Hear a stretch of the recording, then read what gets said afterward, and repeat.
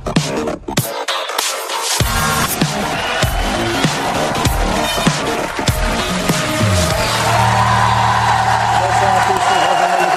direct jusqu'à 20h45 avec ce soir dans la deuxième partie de l'émission les champions du monde, l'équipe de France de hand qui sera avec nous au grand complet. Il y aura aussi un live de Franck Ferdinand, ce sera dans la deuxième partie.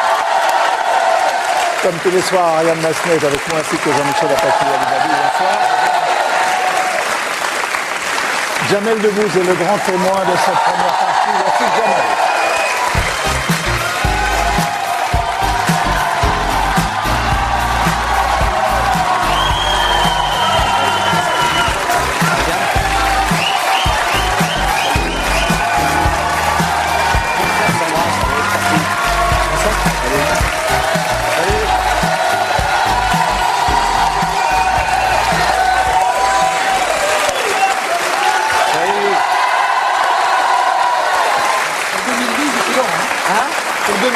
C'est bon. Ouais, apparemment, ouais. Alors, mais je les ai vus faire et ils font ça tout le temps. Non, c'est la première fois qu'ils viennent. C'est vrai?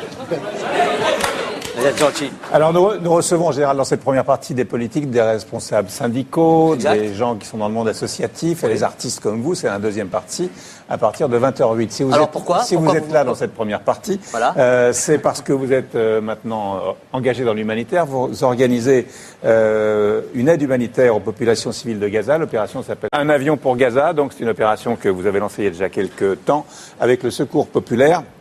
Et le secours islamique. Alors je dis bien islamique parce que c'est à ne pas confondre avec islamiste, oui. Oui, voilà. Parce que les gens, ils font l'amalgame, c'est terrible. Ils souffrent d'un amalgame terrible. C'est des vrais professionnels. Ils ont fait un travail absolument incroyable. D'ailleurs, ils ont réussi à acheminer. Ah, c'est moi, on a. Moi, je sais pas. J'ai vu le. Putain. Très bien, Michel, quand tu fais des gros plans comme ça de mon pif. Ils ont fait un travail absolument incroyable sur place, le secours islamique, et ils souffrent de cet amalgame terrible. On pense que c'est des islamistes, tu sais, parce que ça s'écrit presque pareil. Ah, on dit pas vinaigre balsamiste. C'est vrai, c'est con. Donc l'opération, on s'est envoyé les premiers avions sont partis mercredi dernier du Bourget. Ce sont des avions marocains. Oui, des avions marocains. Partis du Bourget. Qui sont partis du Bourget. Qui vont en Égypte, exactement. À destination de Gaza. De Gaza. Et remplis de matériel médical. Essentiellement du matériel médical. C'était des lits, des fauteuils, des médicaments de premiers soins.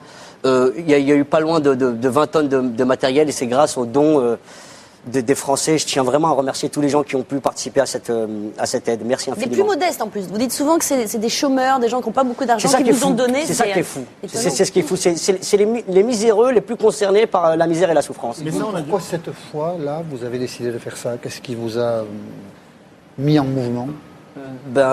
J'ai dû, à mon avis, être saoulé par un énième reportage que j'ai dû voir à la télévision ou un énième, je sais pas, c'est parti spontanément, naturellement, comme pour le tsunami ou pour l'Éthiopie. Je me souviens plus quel était le déclencheur, mais je sais que j'ai souffert à un moment donné de les voir souffrir. Et puis j'ai été sollicité par plein d'associations. Et quand le Secours populaire s'est présenté, je me suis dit tiens, pourquoi pas, peut-être que ça vaut le coup effectivement d'être le relais de tout ça. Vous avez un lien particulier avec le Secours populaire depuis toujours. C'est vrai que c'est grâce à eux que j'ai pu avoir ma première paire de Reebok, ouais. C'est vrai. C'est vrai. C'est grâce au Secours populaire. Et c'est grâce au restaurant que j'ai pu manger mon premier crunch. Non mais c'est vrai que tous ces gens... Non, en plus c'est sérieux tout ça, c'est vrai, c'est la réalité. C'est tous ces gens qui sont au contact des gens du sol et il s'avère que... À l'époque, j'ai toujours peur qu'il y ait un truc qui tombe. Hein. Mais vous voyez pas, vous les spectateurs, mais il y a tout un bordel là. Vous n'avez pas peur, C'est bien attaché. Non, moi j'ai confiance. J'ai confiance. 4 ans et demi, il n'y a pas eu de problème. Oui, mais j'ai pas confiance, hein, moi. Je vais essayer d'être. Non, pour finir, c'est vrai que le Secours populaire, je les ai vus œuvrer sur le terrain. Je sais ce qu'ils valent. J'ai découvert le Secours islamique. J'y allais sur des pincettes avec le Secours islamique au départ. Parce que j'étais chargé d'a priori presque moi-même, en voyant plein de barbus arriver, je me suis dit, oulala. Et puis finalement, j'ai vu que c'était des professionnels. Je me suis rendu compte que je me suis fait moi-même niquer par la propagande qui est là, qui est pesante, qui règne, et que tout le monde vit tout le temps en France. Alors, je crois qu'on a en ligne Khaled Gouider, qui est le directeur du Secours islamique, qui est à Gaza. C'est Gilles Khaled. Tu m'entends? Pas besoin de Salut, gueuler, hein, Jamel. on peut parler normalement. Normalement, ça marche. Allô, Khaled? Salut Jamel. Comment tu vas? Ça va et toi? T'es où exactement là?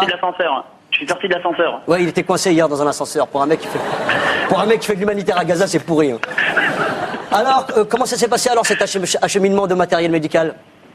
Écoute, ça s'est super bien passé. On a récupéré le matériel vendredi en Égypte et on l'a fait rentrer dans Gaza dimanche. Et aujourd'hui, on a fait la distribution de la moitié du matériel médical et demain, on fait la distribution de l'autre moitié. Il y avait combien en tonnes à peu près pour que les gens soient impressionnés? Oh, il y avait 22 tonnes de matériel médical. 22 tonnes! C'est extraordinaire, en 8 jours en plus. Ouais. Vous avez fait un travail fabuleux. Je peux les applaudir. Il y aura d'autres opérations. J'en profite, puisqu'il est à Gaza au moment où je vous parle. La situation sur place, c'est quoi ton prénom déjà, Khaled? Oui, Khaled, c'est ça, ouais. Dis-moi. Dis-nous. Non, la situation humanitaire, elle est extrêmement difficile. J'ai voyagé dans une vingtaine de pays, dans des crises humanitaires très graves. Et c'est vrai que là, j'étais extrêmement surpris de la gravité de la situation humanitaire. Les gens ont besoin, d'énormément de besoins. Sur le plan médical, évidemment, on y a répondu partiellement, mais il y a encore beaucoup de besoins dans les hôpitaux.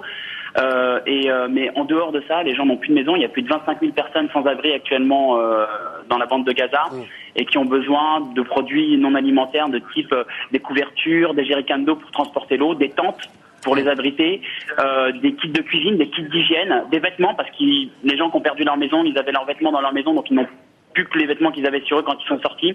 Donc voilà, une situation humanitaire très difficile qui demande encore une mobilisation de la part de toutes les personnes, j'ai envie de dire, qui sont sensibles aux crises humanitaires. Très bien. Merci beaucoup. Khaled. Merci beaucoup. Et quand on a préparé l'émission aujourd'hui au téléphone...